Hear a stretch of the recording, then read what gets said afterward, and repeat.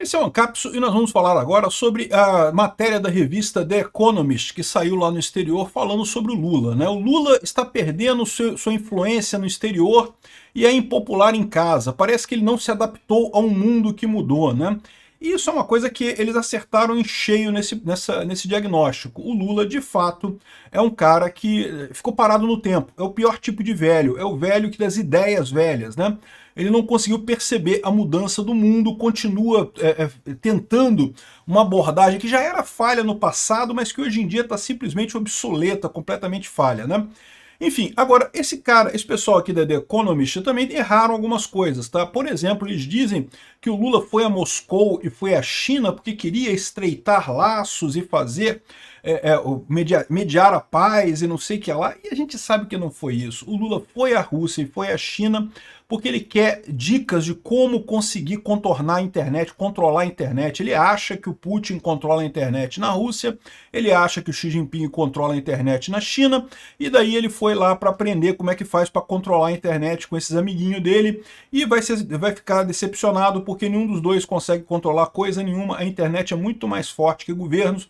Mas vamos entender exatamente o que eles estão dizendo aqui nessa revista, porque, de novo, a The Economist é uma revista comunista, é basicamente um folhetim marxista, né? Por isso que muita gente chama de The Economist, né? Mas ela é uma referência muito grande aí em alguns formadores de opinião, inclusive da esquerda. Então, se esse pessoal está realmente com essa ideia sobre o Lula, é porque a situação está realmente ruim para o Lula. Essa notícia foi sugerida por Bitman e várias outras pessoas. Obrigado aí ao pessoal que sugeriu notícias lá no nosso site, no visãolibertaria.com. E obrigado a você que está assistindo o nosso vídeo. Se você gosta do nosso conteúdo, por favor, deixe o seu like e se inscreva aqui no canal, né? Então tá aqui, ó. Presidente brasileiro está perdendo a influência no exterior e é impopular em casa, né? O Lula que botou o Brasil no mapa, mas não se adaptou ao mundo que está mudando, né? Ele não botou o Brasil no mapa em lugar, só se for no mapa da corrupção. O Lula botou o Brasil no mapa da corrupção. Fora isso, mais nada, né? Aqui, ó. No dia 22 de junho, horas depois dos Estados Unidos atingir as usinas nucleares do Irã, com as bombas Bunkbuster e coisa e tal, o ministro das Relações Exteriores do Brasil deu uma declaração dizendo que o Brasil condena fortemente o ataque americano que violou a soberania do Irã e a lei internacional, né?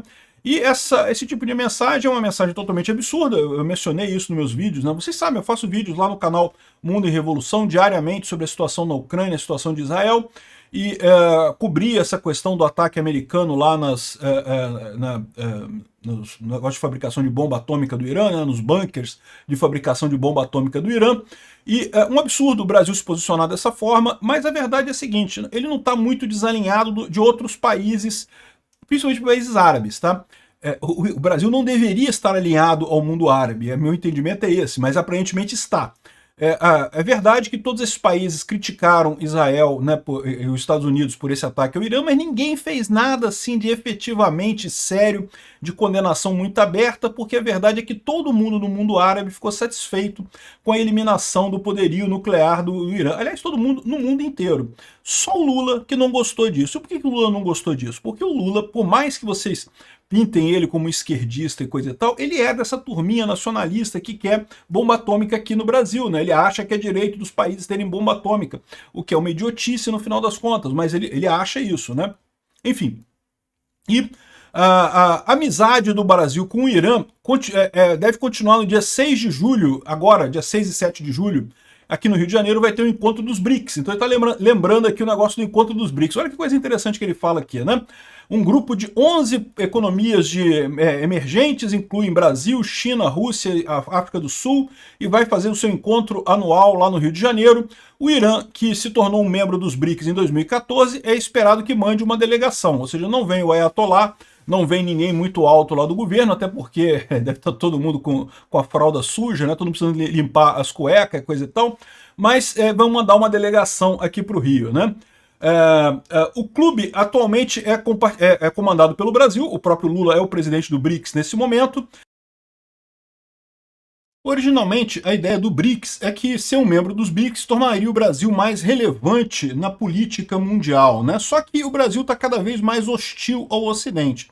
E eu quero fazer um parênteses aqui, já corrigindo o cara nesse momento, né? Não é o Brasil que está hostil ao Ocidente, é o Lula, é o governo de esquerda do Brasil, que é basicamente um governo da Venezuela. E você vai ver que eles falam sobre isso aqui, ele está associando também o Brasil, indo neste caminho da Venezuela, com o governo Lula, o que era previsível, o que nós avisamos, né? Eu quero lembrar a vocês que todo mundo avisou em 2022 que eleger o Lula era um passo em direção à Venezuela, e é exatamente o que está acontecendo, né? Aqui, ó, quanto mais a China transforma os BRICS em um instrumento da sua política externa, porque vamos combinar, é o que eu sempre falei, o BRICS, na verdade, é o clubinho da China, porque vamos combinar, quem é que tem poder no BRICS? É a China. A Rússia é um país quebrado, uma velharia quebrada que havia expectativa de que fosse uma potência militar, mas nem isso, né? Com a guerra da Ucrânia se provou um país que tem uma economia menor que a do Brasil e militarmente é um lixo também completo. Então, ou seja, a Rússia não tem importância nenhuma. Vive do passado, né? O Brasil é o eterno futuro, né? Não tem nada, nunca chega a lugar nenhum, tá o Brasil aí, né? Já está envelhecendo antes de ficar maduro, né? E os outros países dos BRICS, tudo autocracia também, tudo ditadura falida. Tirando a Índia é um país que pode realmente um dia surpreender. Mas no momento, a grande economia dentro dos BRICS é a China. Então o BRICS é o clube da China. É por isso que eu sempre disse que jamais vai haver uma moeda dos BRICS. Alguns países querem uma moeda dos BRICS. A Rússia quer uma moeda dos BRICS para conseguir se livrar do dólar e conseguir voltar a fazer comércio. É lógico que o Putin quer uma moeda dos BRICS para continuar a sua guerra. O Lula quer uma moeda dos BRICS. É lógico que o Lula quer uma moeda dos BRICS porque ele não entende muito bem o que significa isso, mas ele acha que é uma coisa boa porque briga com os Estados Unidos, né? Então, ou seja, tem países no BRICS que querem moedas, mas a China não quer. E a China é o BRICS, a China manda no BRICS, né? Se você tem alguma ilusão de que o BRICS é o grupinho da China, você não está prestando atenção. É a China que manda. E a China, se tiver alguma moeda para substituir o dólar, ela vai querer que seja o yuan, né? o renminbi lá, que é a moeda da China. Então, ou seja, não vai ter moeda dos BRICS nunca, né? O Trump até falou outro dia que não vou aceitar moedas que compitam com o dólar, mas não precisa, ele sabe que nunca vai ter nada nos BRICS, né? Enfim, aqui, ó, quanto mais a China transforma o BRICS num instrumento de sua política externa, a Rússia usa os BRICS para legitimar sua guerra na Ucrânia, mais difícil vai ser para o Brasil manter sua posição de não alinhado. O problema é o Lula, meu amigo. O Lula não está nem alinhado. Todo mundo percebe que o Lula tá grudado no saco do Putin lá. Ele ama o Putin, né? Aqui é o que disse uma pessoa da Fundação Getúlio Vargas em São Paulo, né? Os diplomatas brasileiros estão tentando contornar esse problema, focando o encontro que vai ter dos BRICS aqui em temas inócuos. Então, cooperação em vacinas e cuidados da saúde, energia verde, falar sobre comércio internacional e coisa e tal, mas eles querem evitar confrontar o presidente americano, o Trump, particularmente a questão do esforço por fazer trocas em moedas locais ao invés do dólar, né? Os diplomatas brasileiros dizem que vão ficar quietos e os iranianos também vão ficar quietos. Estamos num momento de controle de danos, mais do que um momento de criar novos instrumentos. O que eu falei para vocês? O tiro que o Trump deu lá em Fordow, né, na usina iraniana de urânio, né, não só destruiu as usinas do Irã, mas também acabou amedrontando a Rússia, amedrontando a China, amedrontando o Irã e amedrontando o Brasil também. Esses inimigos todos do Ocidente, de repente, se deram conta de quão superior tecnologicamente é o Ocidente, né? O Brasil adora essa posição de vamos brigar com os Estados Unidos, não gostei, imperialismo yankee, vamos romper relações, vamos entrar em guerra com os Estados Unidos, que mal pode ter, é um país igual a gente. Não, não é, meu amigo, a força militar deles é muito maior do que a nossa, não tem nem comparação. O Irã percebeu isso, né? O Irã durante anos preparou-se para um ataque israelense, coisa e tal. Quando Israel atacou, destruiu toda a defesa antiaérea do Irã. O Irã estava totalmente aberto, fazia o que quiser, Israel fazia o que quisesse no Irã. Se quisesse ter destruído o país inteiro, transformado num grande estacionamento de jatinho, tinha transformado um grande estacionamento o Irã, e pronto, destruiu o Irã completamente. Só não destruiu mais porque não quis. Se quisesse, ficava lá bombardeando tudo por quanto tempo fosse necessário. Ou seja, o que eles estão vendo aqui, o que eles estão falando aqui é aquilo que eu falei no meu vídeo também. Essa cúpula dos BRICS virou um negócio, todo mundo com medo agora, porque ninguém quer de fato alguma coisa. Tá todo mundo percebendo que deu merda isso daí, né? Os BRICS como uma grande clubinho das ditaduras fracassadas que querem brigar com os Estados Unidos, meio que tomou um baque nessa história, né?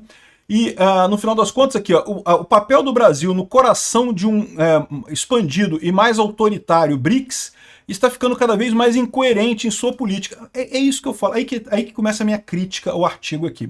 Esse pessoal lá fora não conhece o Lula, eles falam do Lula como se fosse uma figura mitológica que eles nunca viram na vida deles. Desde quando o Lula é contra a autocracia? O Lula vendeu a ideia de que era um democrata, que era a favor da democracia e coisa e tal, mas só idiota caiu nesse papo, né? Só retardado mental que caiu nessa porra. É lógico, a imprensa não caiu, a imprensa sabe que o Lula é um autocrático. A imprensa se vendeu, é diferente, né? Então não caíram nisso, eles se venderam pro Lula, né? O STF é a mesma coisa, eles sabem que o Lula é um autoritário de merda, mas eles se venderam com esse papo de democracia, que lindo, vamos assinar a cartinha da democracia, e pronto, e olha onde é que a gente está agora alinhado com todas as ditaduras do mundo, porque é o lugar que o Lula quer, onde o Lula sempre teve no final das contas, né? E aí, aqui ó, talvez o Lula queira tirar proveito da perda de confiança nos Estados Unidos como parceiro comercial. Ele tentou ligar com a Europa e expandir os laços comerciais com a Europa. Isso foi uma coisa que eu falei que era positivo. Aliás, eu falei para ele fazer isso antes dele fazer, propriamente dito, né? Aproveitar para tentar colar o negócio do acordo Mercosul. Só que não rolou, né? Porque, no final das contas, a Europa também não gosta dos produtos brasileiros em termos de... teme a concorrência da agricultura brasileira lá na Europa, né? E também foi no Japão para a mesma coisa e coisa e tal. No final das contas, não conseguiu nada. Não conseguiu absolutamente nada no final das contas, né? Em maio, Lula foi o único líder de uma grande democracia a ir na comemoração da vitória alemã na Segunda Guerra, né? Ele usou a viagem para tentar convencer Putin que o Brasil deveria mediar o fim da guerra na Ucrânia. Não. Aí que tá, esse pessoal tá achando que é isso. Esse pessoal tá sendo iludido pelos jornalistas brasileiros. Não era nada disso. O Lula nunca quis isso. O Lula foi lá porque ele sabe que o Putin tem instrumentos que ele usa para fazer propaganda. Ele ouviu falar que o Putin é muito eficaz em controlar robôs na internet, em fazer guerra de informação na internet. Ele queria aprender isso do Putin. É o mesmo motivo que ele foi no Xi Jinping. Ele fez a mesma viagem, foi na Rússia, foi na China. Por quê? Porque ele está desesperado, porque ele perde tudo na internet e não consegue perceber que o problema é que ele está velho, ele está fora de... as ideias dele não se adequam mais ao mundo atual. Ele perde na internet porque justamente é na internet que se discute o mundo atual hoje, né? Então ele está falando aqui que... não, e também perto de casa com o Milei, o Lula briga com o Milei, não sei o que lá, ou seja... Aí no final ele diz aqui, não, que o Lula deveria cuidar de casa, esquecer de tentar achar que vai conseguir resolver alguma coisa no mundo. Ok, eu concordo, eu falo isso desde o início.